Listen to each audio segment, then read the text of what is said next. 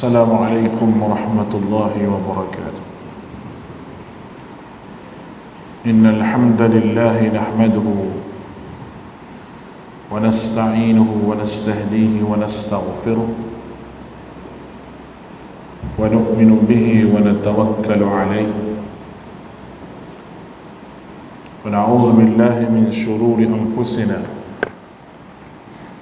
وسيئات أعمالنا. من يهده الله فلا مضل له ومن يضلل فلا هادي له. أشهد أن لا إله إلا الله وحده لا شريك له وأشهد أن محمدا عبده ورسوله. اللهم صل على محمد وعلى آله وأصحابه ومن تبعهم بإحسان إلى يوم الدين. قالوا سبحانك لا علم لنا إلا ما علمتنا إنك أنت العليم الحكيم ولا حول ولا قوة إلا بالله العلي العظيم. اللهم فقهنا في الدين وعلمنا التأويل واهدنا إلى سواء السبيل. ربنا زدنا علما وارزقنا فهما. Alhamdulillah, kita sambung lagi pengajian kita pada malam ini pada kitab Al-Kharitah Al-Mustaqbil fil Hadis An-Nabawi. Tajuk asal dia ataupun penceritaan berkenaan dengan akhir zaman. Kita berada pada muka surat yang ke-16. Setelah saya sebut pada kuliah kita bulan lepas beberapa perkara penting berkenaan dengan pengertian hadis, dan saya sebut bahawa pada bulan lepas kita sebut tidak menafsirkan nas dengan makna yang tidak sesuai dengan keadaannya. Apabila satu-satu hadis disebut secara terang berhubung dengan akhir zaman ini, maka kita tidak menafsirkan lain daripada itu, melainkan apa yang difahami oleh para sahabat dan apa yang disebut oleh Nabi SAW di hadapan para sahabat. Yang kedua, pada hari ini muka surat yang ke-16 itu memahami hadis. Memahami hadis ni, memahami hadis, al-fahmul hadis, memahami hadis selari dengan Al-Quranul Karim wa sunnatin nabawis, dan juga sunnah Nabi SAW as-sabit. Sabit ni makna yang sahih, serta tidak boleh berlaku percanggahan di antara keduanya. Yang pertama, fahmul hadis, itu bahasa Arab dia. Fahmul hadis maknanya memahami hadis. Memahami ini asal daripada faham. Faham ni dia ada dua benda. Yang pertama, Allah Subhanahu wa ta'ala memang buka pintu hati dia untuk memahami satu perkara. Fahmu fahmin, Allah Ta'ala memang buka pintu hati dia untuk memahami suatu perkara, dan dia pun mudah faham. Yang kedua, dia tidak akan faham kecuali dia diberi kefahaman. Dia nak baca seorang-seorang, mungkin dia tak faham, kecuali ada orang yang memberi faham kepada dia, baru dia faham. Nombor satu. Nombor dua, kalau kita boleh tambah satu lagi, yang ketiga, iaitu jenis tak faham-faham. Mana susah, bacalah apa, mengajilah apa, tulis apa, jenis tak faham. Hak begini susah buat kira bercara sikit, jenis tak faham. Dalam bab memahami ni, kita kena faham mengikut kaedah yang sebenar. Memahami konsep agama ni, dia tidak boleh memahami mengikut kehendak kita. Tak boleh. Dia kena memahami yang pertama sekali sebagaimana sahabat faham. Sebagaimana sahabat faham. Macam mana sahabat faham? Baik, timbul persoalan, macam mana imamtul madhahib, imam mazhab, adakah mereka berijtihad mengikut kefahaman mereka sendiri? Jawapannya, imam mazhab ini termasuk dalam kategori yang pertama tadi, mereka diberi kefahaman yang lebih oleh Allah Ta'ala dalam satu perkara. Namun kefahaman yang mereka faham itu benda yang tidak lari daripada hukum asal dan nas Al-Quran dan juga hadis, tak lari. Cuma berbeza daripada sudut kefahaman sahaja. Nak kata lari jauh daripada apa yang Nabi sebut, tidak sama sekali. Jadi dalam konsep memahami hadis, untuk kita faham peristiwa yang berlaku ni, ataupun hadis-hadis yang berkaitan dengan datangnya Dajjal, datangnya Ya'juj wa Ma'juj, dan juga banyak perkara lagi, kita kena memahami hadis yang mana tidak mungkin berlaku penentangan di antara Quran dan hadis. Tak mungkin berlaku. Mesti ada selari di antara Quran dan hadis Nabi SAW. Sebab sumbernya satu. Walaupun kita kata satu Quran, satu hadis, tapi kita kena ambil kedua-dua. Sebab sumbernya satu. Sumbernya daripada Allah. Sebab Nabi SAW tidak akan bercakap mengikut hawa nafsu dia. Ini benda yang kita kena pegang sampai bila-bila. Berdasar kepada firman Allah Ta'ala, wa ma yantiqu 'anil hawa in huwa illa wahyun yuha. Nabi tidak akan bercakap mengikut hawa nafsu kecuali benda yang diwahyukan oleh Allah Ta'ala kepada dia. Baik, jelas. Satu peringkat lagi, apabila kita memahami dengan kefahaman yang betul, bismillah,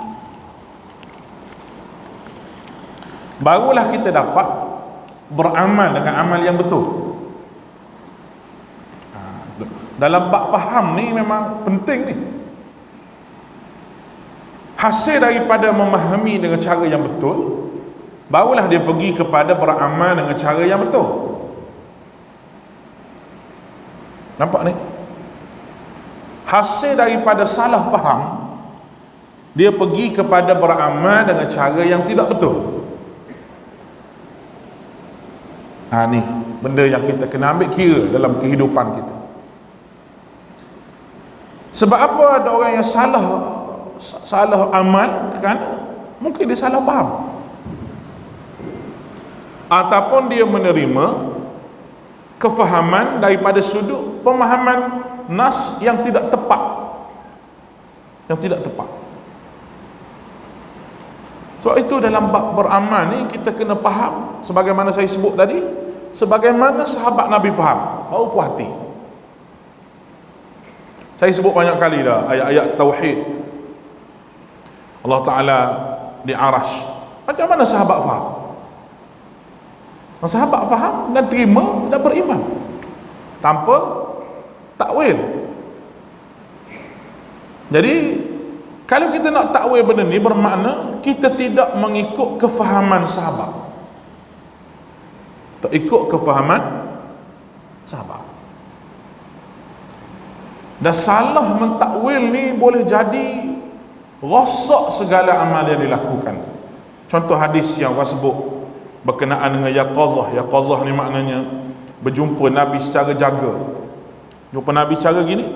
Dulu orang yang mengatakan yaqazah ni, berjumpa Nabi secara jaga ni, kalau tuan-tuan ingat dulu kumpulan Arqam, Belah Arqam, yang mendakwa bahawa Nabi yang hadir pada majlis dia Bukan Arqam saja, tapi banyak tarikat-tarikat yang lain yang mendakwa Nabi hadir dalam majlis dia. Dan Tok Guru dia berjumpa Nabi secara yaqazah. Yaqazah ni maknanya berjumpa secara berdepan. Dia ada dalil ke tak? Ada. Dalil dia ada. Sebagaimana disebut oleh Nabi SAW, Nabi kata, siapa yang melihat aku dalam mimpi, nescaya dia akan melihat aku dalam jaga. Maknanya siapa yang melihat aku dalam mimpi, dia akan melihat aku dalam jaga biasa. Hadis itu betul. Tetapi kesilapan di dalam memahami hadis yang menyebabkan dia sebut bahawa boleh jumpa Nabi dalam keadaan jaga begini, sedangkan seluruh ulama hadis apabila membicarakan berkenaan dengan hadis ini, dia kata berjumpa Nabi dalam keadaan jaga, iaitu di hari akhirat, bukan di alam dunia. Maknanya orang yang diberi kelebihan oleh Allah Ta'ala bermimpi bertemu dengan Nabi SAW di atas muka dunia, dia akan diberi kelebihan untuk bertemu dengan Nabi di hari akhirat secara one by one, cara jaga. Itu kefahaman ahli hadis berdasar kepada huraian hadis. Dia kata secara jaga. Jaga makna, batu kita kata dia kata bahawa Tok Guru saya boleh mimpi, boleh tengok Nabi. Kalau nak panggil Nabi selawat banyak-banyak ke Nabi mari tu. Saya nak sebut bahawa puncanya kerana tidak memahami nas dengan betul. Itu bahaya. Sebab yang guna nas ni tidak memahami dengan betul, ialah ustaz juga, orang agama juga. Orang agama juga. Sebab tu kita ada asas kita. Asas kita bahawa macam mana sahabat faham dalam bab akidah, begitulah kita faham. Macam mana imam-imam mazhab memahami, begitu juga kita memahami. Mudah je.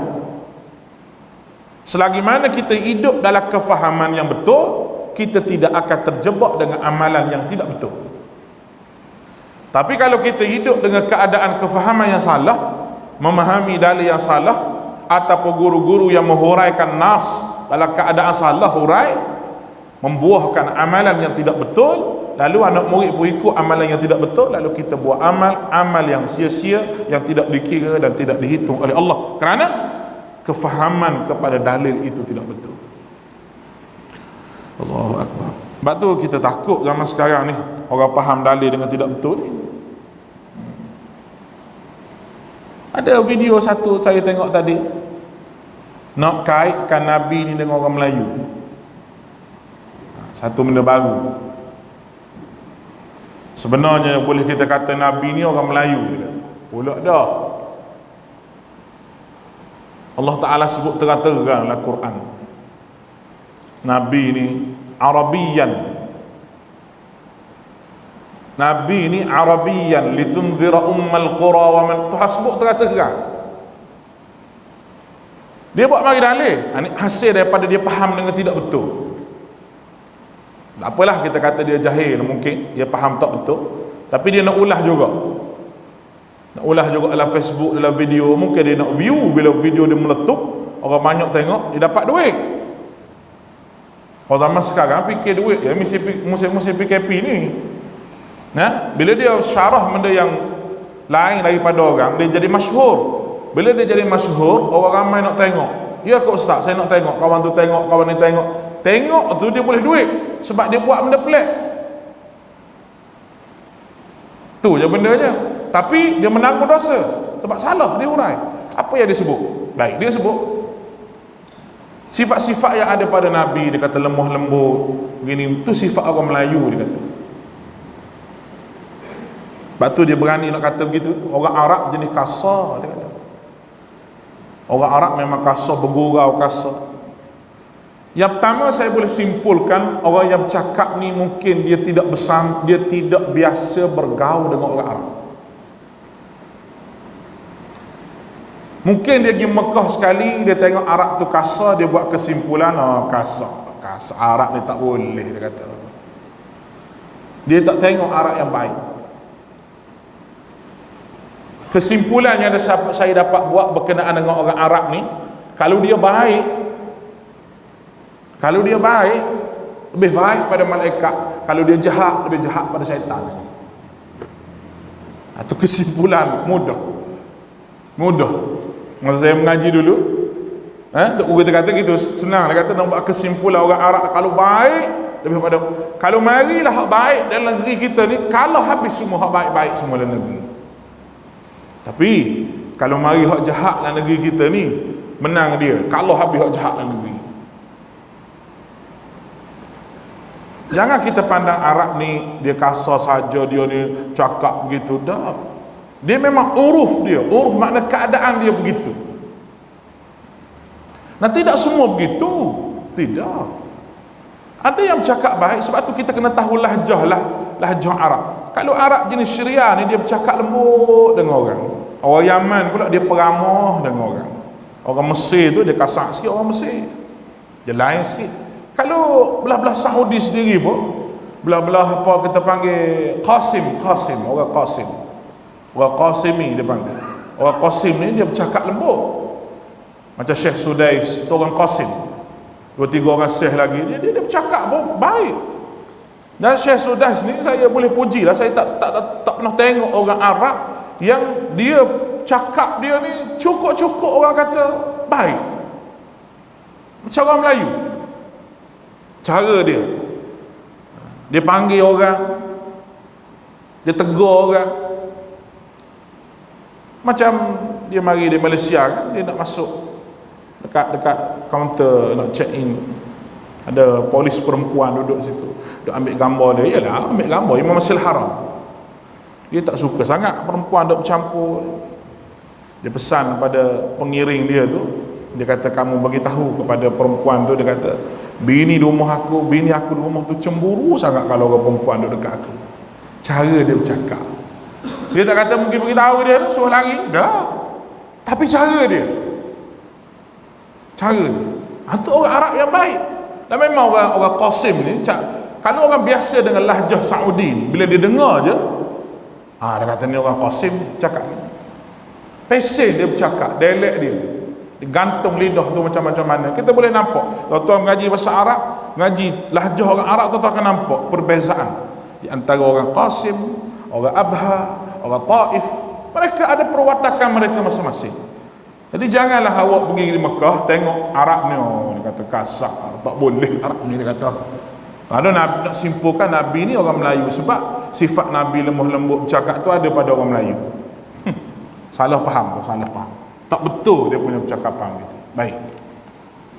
Jadi kita kena memahami hadis dengan kefahaman yang betul. Yang ketiga, tidak mentafsirkan hadis. Tidak menafsirkan hadis berdasar kepada kefahaman terdahulu yang dipegang tanpa dalil dan nas. Tanpa dalil dan nas yang menyokong, seperti dengan tujuan untuk membenarkan satu kejadian ataupun menolaknya. Dia bagi contoh. Dia kata pada tahun 1990, setelah Saddam Hussein menyerang Kuwait, telah tersebar satu hadis. Pada suatu hari ketika aku menyampaikan kuliah kepada pelajar hadis di peringkat sarjana, ni kata tuan kitab ni, sebahagian daripada mereka menyebut terdapat beberapa hadis dhaif telah tersebar tetapi situasinya menyokong. Lalu kataku pada mereka, bagaimana pelajar hadis di peringkat sarjana turut terpedaya dengan khabar angin? Lalu aku memberikan mereka tugasan untuk mencari dan menjelaskan kedudukan hadis tersebut. Kemudian pada sesi kuliah seterusnya, aku bertanya, apa yang telah kamu peroleh? Mana kamu jumpa apa berdasar pada kerja yang aku suruh cari itu? Jawab mereka, tiada satu pun, tetapi salah seorang daripada mereka menjumpai qasidah karangan Ibnu Arabi yang menceritakan sebahagian kejadian yang berlaku di antara Islam dengan lainnya. Kata beliau dalam qasidahnya, celakalah mereka yang terlalu keras tindakannya, iaitu Sarim Sarim ni maknanya terlalu keras tindakannya. Sebahagian golongannya obses membaca perkataan sarim dengan perkataan sadim, dan mereka mengatakan sadim itu Saddam. Pandai-pandai dia. Beginilah sebahagian golongan yang menyelewengkan makna qasidah dan menganggapnya sebagai hadis Nabi, dan beginilah kesan hawa nafsu terhadap manusia. Baik, dia cerita tidak menafsirkan nas berdasar kepada keadaan. Ada setengah benda hadis tu dhaif, tapi oleh kerana keadaan yang menyokong hadis tu, dia kata boleh pakai. Kita telah belajar sebelum daripada ni, keadaan tidak menyokong hadis sama sekali. Tidak. Keadaan tidak menyokong hadis sama sekali. Jadi kesilapan yang dia buat ni, apabila ada satu nas, satu dalil, seolah-olah dia meletakkan keadaan tu kepada nas ni. Dia kata memang ni dah berlaku, dia kata. Tak betul. Cara kefahaman begitu tidak betul.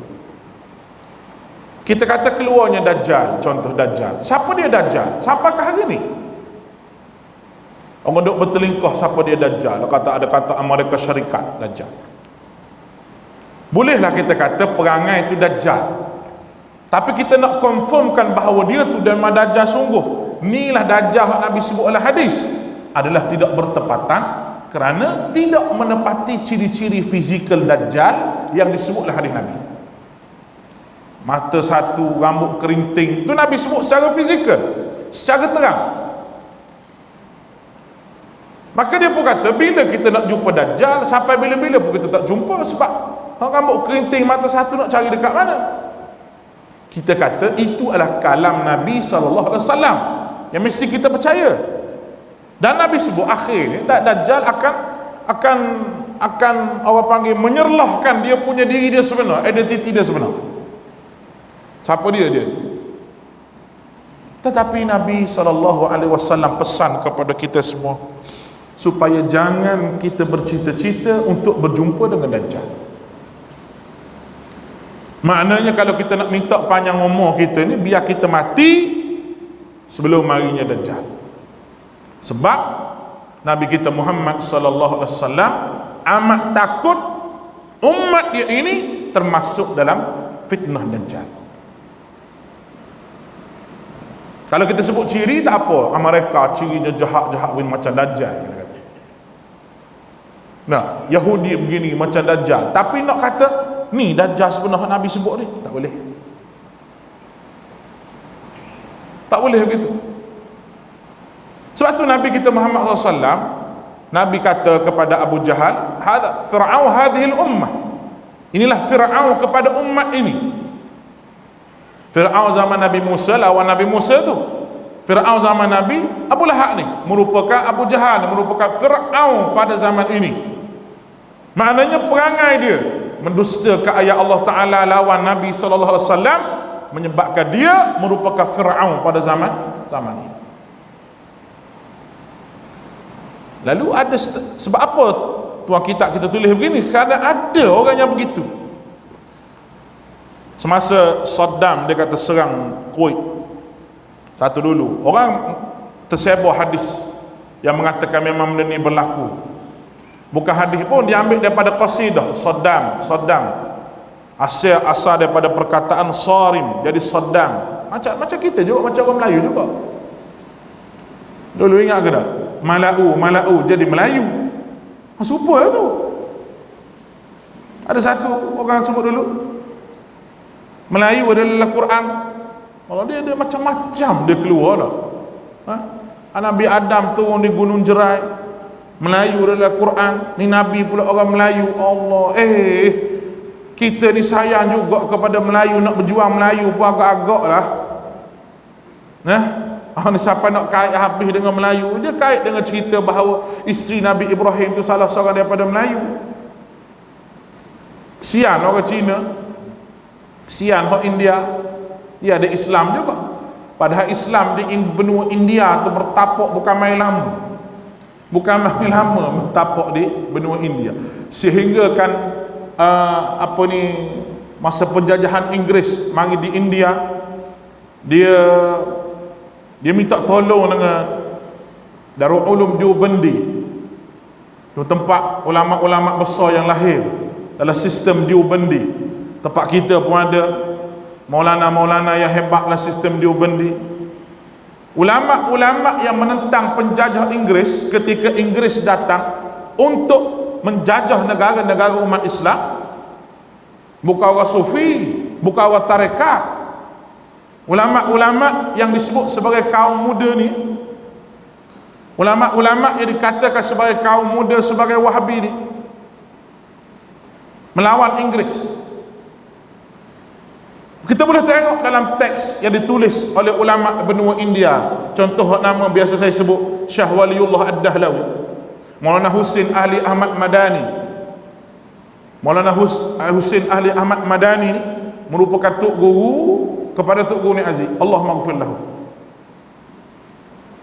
Dia tulis kecam Inggeris, dia seru segala ulama supaya mempertahankan tanah air apabila Inggeris datang menjajah. Sebab Inggeris datang menjajah bukan sahaja jajah, tapi dia bawa kefahamannya, dia bawa kapitalisnya, sekulernya, nasionalisnya,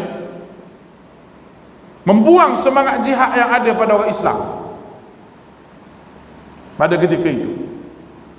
Jadi tuan-tuan dirahmati oleh Allah Ta'ala, setiap zaman ini akan ada kesilapan di dalam menafsirkan hadis berkenaan dengan akhir zaman. Setiap zaman itu mesti ada. Jadi tugas kita kena berhati-hati. Berhati-hati adalah sikap yang paling penting. Tekan break banyak sikit bila kita bercakap berkenaan dengan fitnah di akhir zaman. Kita takut kita hurai benda yang tidak disebut oleh Nabi kita Muhammad sallallahu alaihi wasallam. Apatah lagi kalau kita tu ada kedudukan di kalangan masyarakat, ada pengaruh yang menyebabkan orang itu lari daripada kefahaman sunnah Nabi sallallahu alaihi wasallam. Dan kita biasa dengar Bani Tamim. Tamim tu asal pada tanah Melayu, ta tu tanah, mim tu Melayu pula dah. Jadi Tamim dah. Sedangkan Bani Tamim tu terang-terang orang Arab yang disebutkan benda ni semua hasil daripada rekaan dalam kepala dan salah memahami nas. Tu je. Takut kita dengar zaman sekarang. Lagi apa lagi akan keluar pun saya tak tahulah. Jadi ulama kita ni, ustaz-ustaz, tokoh-tokoh agama akhir zaman ni pada duk jawab benda begini. Sebab fitnah tu laju masuk ke saluran media. Saya kalau pagi-pagi buka telefon, buka line tu masuk WhatsApp. Bukan bini dah. Bini tak kisah pun. Nah, masuk tanya soalan, ustaz tak soalan tu, soalan ni. Mbak ustaz tolong doalah suami saya seminggu dah boleh. Tok lelaki tak balik pun beritahu kat aku. Ya aku ni nak balik pun tak boleh. Dah, tapi tak jawab lah begitu. Kita kata sabarlah, insya-Allah lah kita doa. Begitu. Tok laki mana tak tahulah. Mana bini saja, jaga bini tak pandai. Jumpa dengan aku katok batas menyapu. Tak belakang tu lah. Bahasa suami apa yang tak erti ni. Siang ke bini. Allahu akbar. Orang nak menikah, dia nak menikah. Orang boleh anak, dia boleh anak. Orang jaga anak, dia biar anak jadi macam anak lembu. Dia tu orang bukan lembu. Dia susah dekat manusia ni. Tapi saya nak ceritanya zaman sekarang gitulah. Jadi pagi-pagi tu kena tengok dulu soalan-soalan tu, kena kumpul dulu. Jawab-jawab. Hak tak dan jawab tu dari pasing pada kawan-kawan. Mari pula video ni berita begitu, berita begini. Kita duduk termenung sudah, kita kata betul lah Nabi sebut akhir zaman ni fitnah macam air yang turun daripada bukit. Lajunya fitnah. Dia masuk sekejap je. Boleh jadilah keadaan kita tidak sedar. Baik. Yang keempat, tidak mengaitkan sesebuah hadis, tidak mengaitkan sesebuah hadis dengan mana-mana situasi secara pasti, kecuali apabila isyarat yang disebutkan adalah jelas, tanpa berlaku perselisihan pandangan di dalam kalangan ulama. Apabila terdapat perselisihan pandangan ulama, maka tidak boleh memutuskan secara pasti, tetapi sejauh sewajarnya disebut secara kemungkinan maksud hadis adalah seperti itu. Baik. kita nak kait satu perkara, dia kata kalau ada khilaf di kalangan ulama, kita tak boleh nak kata bahawa memang ni yang Nabi sebut, memang ni yang berlaku, tak boleh. Cuma boleh kita sebut, dia kata kemungkinan maksud hadisnya begini, sebab ada pendapat dah khilaf di kalangan para ulama. Yang kelima, kriteria yang diperlukan. Saya rasa boleh kita baca habis pada malam ini sebelum kita masuk pada bahagian yang kedua. Ketika mengaitkan sesebuah hadis dengan suatu peristiwa, maka seorang itu perlulah, ni nak kait hadis dengan sesuatu peristiwa yang berlaku. Jadi apa yang perlu? Yang pertama, alim dalam bidang hadis dan mempunyai kefahaman yang komprehensif serta mampu mengharmonikan antara hadis yang bertentangan ketika perlu. Yang pertama, mesti alim dalam bidang hadis. Baik, kita orang awam ni, kita mengaji hadis, kita mestilah ambil daripada orang yang betul-betul memahami hadis Nabi SAW, dan orang yang betul-betul ada kelayakan untuk membahaskan hadis. Jangan diambil daripada mulut-mulut orang yang selalu sebut hadis palsu, hadis maudhu', jangan. Kerana kriteria yang kita perlu apabila satu peristiwa itu berlaku, kita nak kait, kita mesti memahami sebagaimana ulama hadis faham macam mana. Kalau tidak, bila mari sahaja bertentangan di antara satu sama lain, kita tidak boleh nilai dengan penilaian yang betul. Hasil daripada kita tidak ada kemahiran untuk kita letak hadis yang bertentangan maksud di antara satu sama lain. Yang kedua, B, muka surat 18, memahami sesuatu peristiwa yang berlaku dengan baik. Sesuatu peristiwa itu berbeza antara satu tempat dengan tempat yang lain. Sebahagian orang yang tidak pernah sama sekali meninggalkan negaranya, maka dia akan menyangka adat dan tradisi seluruh alam itu adalah seperti negaranya, atau dia menyangka setiap negara Arab atau Islam adalah seperti negaranya. Maka hal ini perlu diberi perhatian yang sewajarnya dan tidak bersikap pukul rata dalam suatu perkara. Baik. Yang kedua pula, memahami satu peristiwa yang berlaku dengan tidak merujuk kepada satu tempat sahaja, tapi kena tengok suluh seluruhnya. Contoh gini. Bismillah.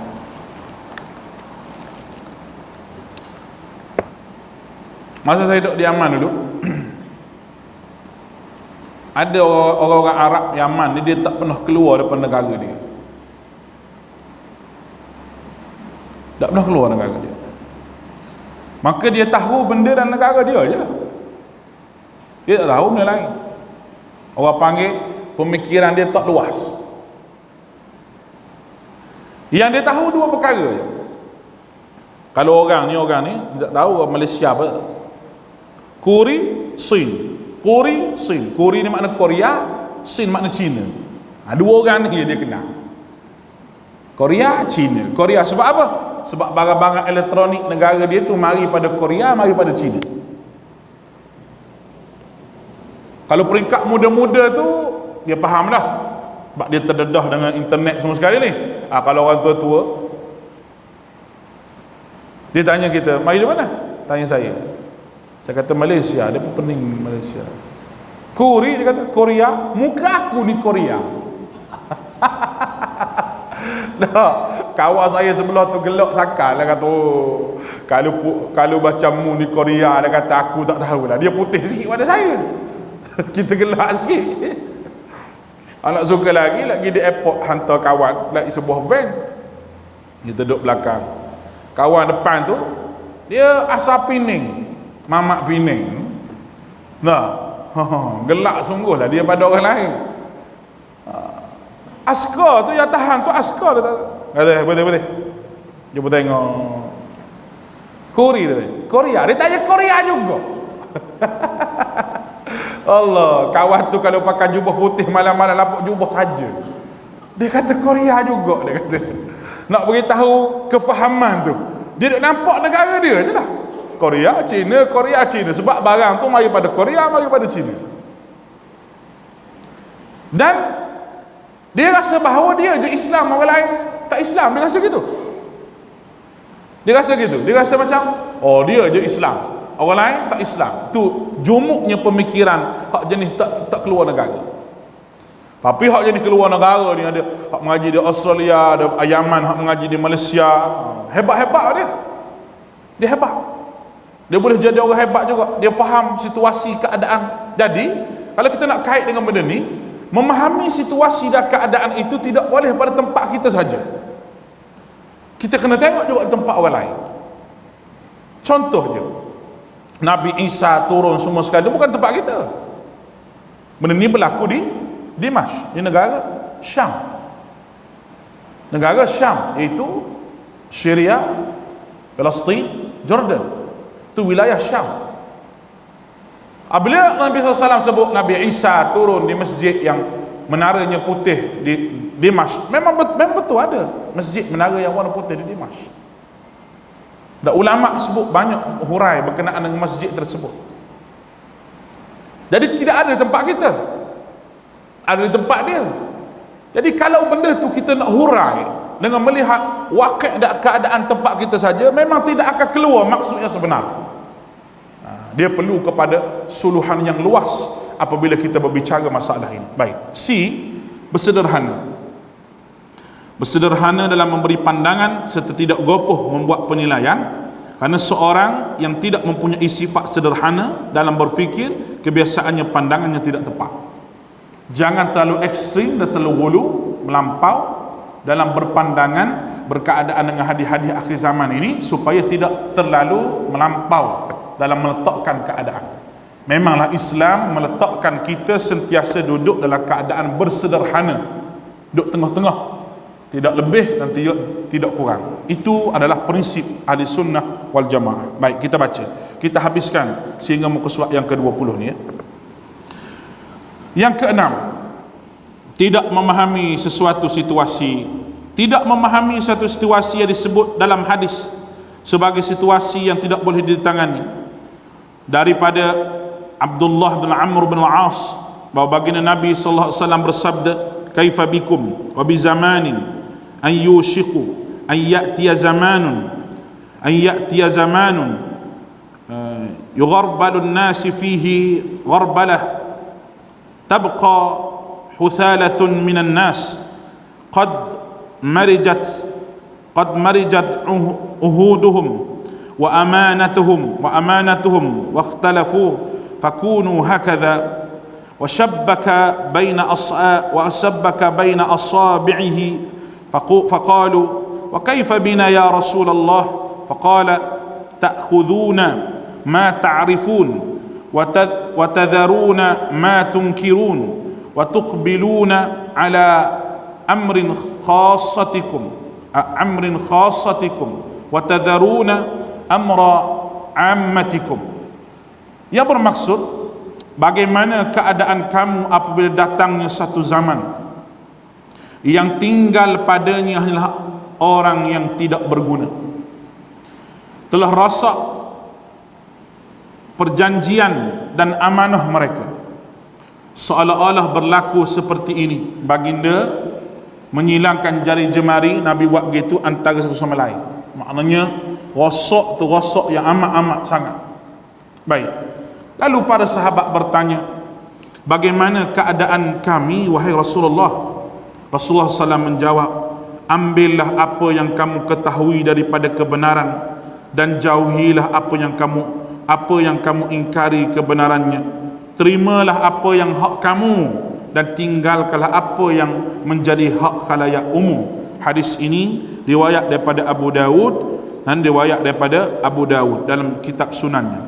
Baik, hadis ini menyeru manusia meninggalkan perkara yang berkaitan hal ehwal umum ketika keadaan manusia berubah menjadi buruk. Dan perubahan itu berlaku pada zaman sahabat. Lihat saja apa disebut oleh Huzaifah bin Yaman selepas beliau membaca hadis berkenaan amanah tadi. Huzaifah buat komentar kepada hadis atas ni, sahabat Nabi. Dia kata hampir tidak ada seorang pun yang menunaikan amanahnya. Kemudian dikatakan terdapat orang yang amanah daripada Bani Fulan bin Fulan dan dikatakan kepadanya, alangkah bijaknya dia, alangkah cerdasnya dia, alangkah beraninya dia, padahal tidak ada sama sekali secebis iman pun dalam hatinya. Huzaifah berkata, aku telah lalui satu zaman di mana aku tidak hairan sesiapa pun yang aku berkirikan bai'ah kepadanya. Sekiranya dia Muslim, maka dia akan kembalikan kebaikan Islamnya kepadaku. Sekiranya dia Kristian, maka hasil kebaikannya akan kembali kepadaku. Adapun pada hari ini, aku akan berbai'ah kepada orang yang tertentu sahaja. Diriwayatkan oleh Bukhari. Perubahan yang berlaku selepas zaman sahabat dan tabi'in adalah ketara. Para ulama pada setiap zaman turut menyangka situasi itu terjadi pada zaman mereka, tetapi tidak seorang pun dalam kalangan mereka mengatakan bahawa tugas amar ma'ruf nahi mungkar telah terhenti. Bahkan mereka memahami bahawa selagi wujud golongan yang boleh dinasihati, maka wajiblah melaksanakan perintah amar ma'ruf dan nahi mungkar. Sebagai contoh, fitnah yang berlaku, itu penjajahan Yahudi terhadap Palestin. Adakah orang yang berakal akan berkata itu takdir Allah? Tidak hanya wajib, kita hanya wajib berserah tanpa melakukan penentangan, bahkan tidak sama sekali. Sebaliknya kita hendaklah berkata, sesungguhnya jihad dan menentang penjajahan itu juga merupakan takdir Allah dan merupakan puncak amalan dan agama ini dan berterusan hingga hari kiamat. Yang ketujuh, berhikmah dalam memilih apa yang sesuai dan apa yang dibicarakan kepada masyarakat. Janganlah hanya menumpukan terhadap hadis-hadis al-mubasyirat semata-mata, kerana hal ini boleh menyebabkan masyarakat malas untuk beramal. Dan jangan juga hanya menumpukan hadis al-fitan semata-mata, kerana hal ini boleh melahirkan rasa putus asa dalam hati masyarakat. Oleh sebab itu, saya memilih tajuk yang seimbang antara kedua buku kecil ini. Baik, kita tengok sikit. Dia kata tidak memahami situasi, yang disebutlah hadis sebagai situasi yang boleh ditangani. Maknanya, kalau kita tengok hadis tadi, Nabi SAW seru meninggalkan perkara yang berkaitan dengan hal ehwal umum. Seolah-olah Nabi kata begitu. Memang Nabi kata begitu kerana keadaan itu telah menjadi buruk. Keadaan itu telah menjadi buruk. Dan keadaan menjadi buruk dalam sistem politik umat Islam ni berlaku bukan zaman kita, bukan zaman sebelum-sebelum lagi, malah zaman sahabat merintah sendiri. Itu bermulanya zaman Uthman ibn Affan.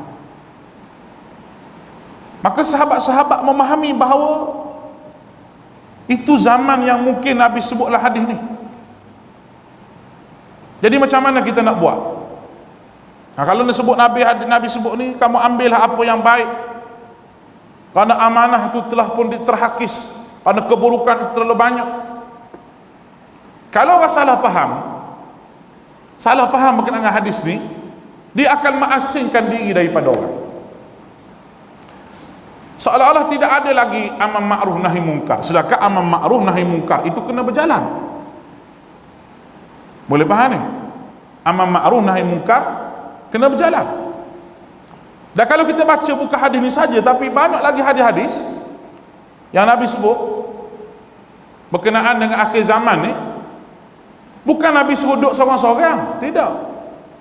Bukan Nabi suruh duduk terpencil seorang-seorang, jangan bercampur dengan orang, sebab zaman tu zaman fitnah, zaman banyak keburukan daripada kebaikan. Bukan begitu. Ni saya kata kalau kita salah faham, kita akan faham gitu. Dan Nabi tak suruh buat begitu. Nabi suruh kita ada hubungan dengan masyarakat. Sebagaimana orang kata bahawa kita nak macam mana penjajahan yang berlaku di Palestin, dia kena jajah. Takdir Allah Ta'ala kena jajah. Itu ucapan orang yang malah berjihad. Tapi ulama-ulama yang mempertahankan bumi Palestin, mereka mengatakan jihad itu siapa mati, siapa syahid, kerana mereka adalah golongan penjajah yang merampah tanah Palestin. Maka apabila kita baca hadis-hadis macam tadi, bagaimana keadaan kamu datangnya satu zaman yang tinggal padanya golongan yang tidak berguna, yang rosak perjanjian mereka, seolah-olah berlaku Nabi buat jadi jemari begini, makna kerosakan itu terlalu banyak. Bagaimana keadaan kami wahai Rasulullah? Ambillah apa yang kamu tahu daripadanya kebenaran, dan kamu engkarlah dan jauhilah apa yang kamu engkari kebenarannya. Terimalah apa yang menjadi hak kamu, kamu tinggalkan khalayak umum yang tidak menjadi hak kamu. Adakah terhenti usaha amar ma'ruf nahi munkar? Tak terhenti sama sekali. Amar ma'ruf nahi munkar perlu ditegakkan dalam masyarakat sampai bila-bila. Jadi sahabat Nabi SAW membuat komentar kepada hadis ini. Bila membaca hadis amanah yang disebutkan tadi, dia kata hampir tidak ada seorang pun yang menunaikan amanah. Memang tu zaman dia. Tu zaman dia melihat, sahabat ni melihat bagaimana kepincangan politik yang berlaku di kalangan sahabat. Ada kata begitu, ada kata begini, tapi mereka tidak sekali-kali ambil hadis Nabi ni mari letak, ni rupanya Nabi sebut berlaku begini-begini, kecuali benda yang betul-betul pasti terhadap diri mereka.